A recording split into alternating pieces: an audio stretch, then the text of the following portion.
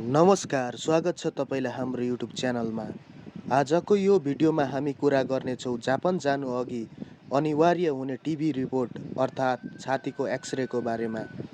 यो रिपोर्ट कसरी बनाउने, कहाँ बनाउने, कति लाग्छ र कुन किसिमको रिपोर्ट चाहिन्छ, सम्पूर्ण जानकारी यही भिडियोमा पाउनुहुनेछ।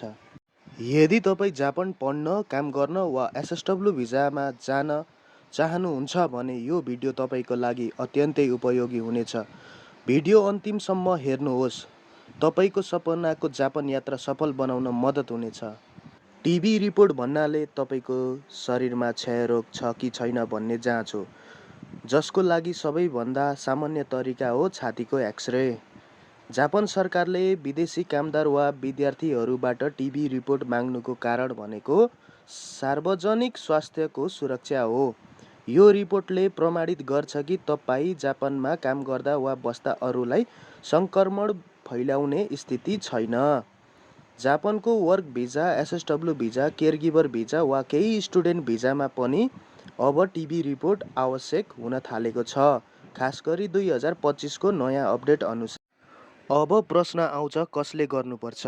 यदि तपाईँको सिओई आइसकेको छ, यदि तपाईँ एसएसडब्ल्यू, केयरगिभर वा अन्य वर्किङ भिजामा जान लाग्नु भएको छ, वा तपाईँको एजेन्सीले भनिसकेको छ कि एक्सरे रिपोर्ट चाहिन्छ, त्यस अवस्थामा तपाईँले टिबी रिपोर्ट अनिवार्य रूपमा गरिसक्नुपर्छ।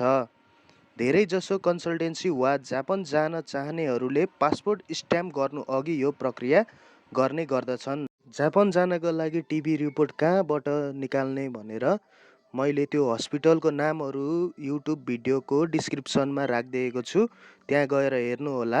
मुख्य कुरा के हो भने रिपोर्ट अङ्ग्रेजीमा हुनुपर्नेछ, डाक्टरको सिग्नेचर र स्ट्याम्प अनिवार्य हुनुपर्नेछ। अब सबैको चासोको कुरा रिपोर्ट बनाउन कति लाग्छ र कति दिन लाग्छ भन्ने कुरा हो। यो चाहिँ तपाईँको हस्पिटल अनुसार फरक फरक शुल्क लाग्ने गर्दछ।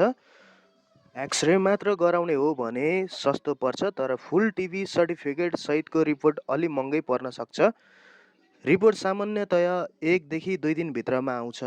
र कुरा गरौँ टिबी रिपोर्टमा मुख्य 3 कुराहरू हेर्ने गर्दछन्। फोक्सोमा धब्बा छ कि छैन भनेर हेर्ने, तपाईँको स्वास्थ्य अवस्था, नो एक्टिभ टिबी सिन भन्ने शब्द अनिवार्य रूपमा उल्लेख हुनुपर्दछ। यदि रिपोर्टमा केही समस्या देखियो भने तपाईँलाई पुनः जाँचको लागि बोलाउन पनि सक्छन्। अब महत्त्वपूर्ण कुरा, यदि टिबी देखियो भने के हुन्छ त? टिबी देखिएको खण्डमा तपाईँको भिजा प्रोसेस रोक्न सकिन्छ। तपाईँले तुरुन्तै उपचार सुरु गर्नुपर्ने हुन्छ। उपचारको केही महिनापछि फेरि टिबी रिपोर्ट लिएर मात्र जापानको प्रक्रिया अगाडि बढाउन सकिन्छ।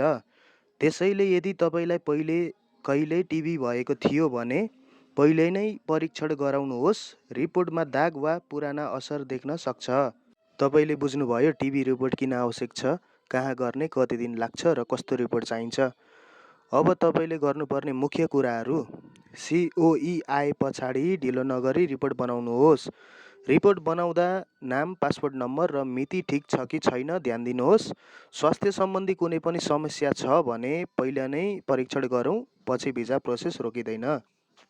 यदि तपाईँ जापान जान चाहनुहुन्छ भने यो जानकारी तपाईँलाई सहयोगी भएको छ भने कृपया यो भिडियोलाई लाइक, सेयर र सब्सक्राइब गर्न नबिर्सिनुहोला। धेरै धेरै धन्यवाद। तपाईँको जापान यात्रा सफल रहोस्।